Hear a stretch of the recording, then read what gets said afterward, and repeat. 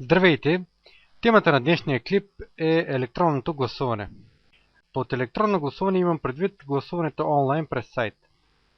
В момента в България може да се гласува единствено чрез хартиена бюлетина, която трябва да пуснете в урната по време на изборите в вашата секция, разбира се. За съжаление, този процес на гласуване, който се организира наведнъж на 4 години, отнема доста пари – 20-30 милиона лева. Не е практично да даваме толкова много пари и да инвестираме в нещо, което може да стане много по-евтино. Аз предлагам да гласуваме онлайн. При електронното гласуване няма да се налага да се дават пари, защото всичко ще става през сайт напълно безплатно. Ето пример как може да стане това. В момента в целия Европейски съюз се провеждат първични онлайн избори в рамките на кампанията за Европейски парламент. Организаторът е Европейската зелена партия. Гласуването вече започна и ще продължи до 28 януари 2014 на сайта greenprimary.eu. Как става самото гласуване? Толкова е лесно, че и малко дете ще успее да се справи с това. Тук има един бутон Начало. Натискате го. Това е регистрационната форма. Трябва да попълните вашите данни. Име и фамилия. Те са означени с звездичка. Това означава, че са задължителни за попълване. Име, фамилия. Пощенски код и страната, в която живеете. България избираме тук. Така. Мобилен номер. Тук също България. И така. Трябва да напишете име, фамилия, пощенски код, държавата да означите, електронната си поща. Трябва да е валиден имейла. Отново трябва да потвърдите същия имейл. Да напишете телефонния си номер. И отново да повторите и да потвърдите телефонния си номер.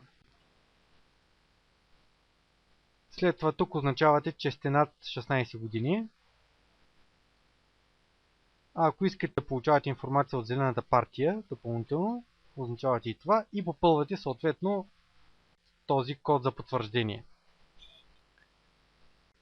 След като попълните цялата регистрационна форма, трябва да натиснете бутона Потвърди.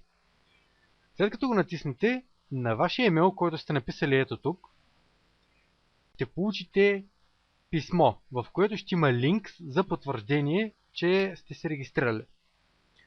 След като натиснете линка, от вашата поща ще се изпрати обратна информация към сайта, че вие сте потвърдили регистрацията си и на имейла ще получите ново писмо, в което ще има потребителското ви име. На телефона, който сте написали тук в регистрационната форма, ще получите SMS с парола. И след това на страницата за вход ще напишете потребителското си име, което сте получили на електронната поща и паролата, която е изпратена през SMS. Това е всичко. След това натискате вход, влизате в системата и гласувате за един от 4-мата кандидати на Зелената партия. След това просто потвърждавате избора си и това е. Цялата процедура отнема 5 минути. Не се иска да ходите в някаква секция, не се иска да давате пари, SMS е безплатен, имейла също.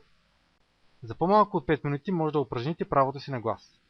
Ето как електронното гласуване може да улесни процеса на общуване между гражданите и избирателите и политиците, които управляват държавата. Освен, че може да се използва за избори, електронното гласуване може да се използва и за референдуми. Вместо да даваме по 20-30 милиона лева, за да се допитваме и да решаваме заедно какво да правим с държавата си, можем напълно безплатно, чрез електронното гласуване, да упражним правото си на глас и да вземем решения за бъдещето на България. Аз предлагам да се въведе електронното гласуване. А вие какво мислите по този въпрос? Може да го напишете в коментари под клипа. Благодаря ви, че го гледахте. Очаквайте и следващите ми клипове.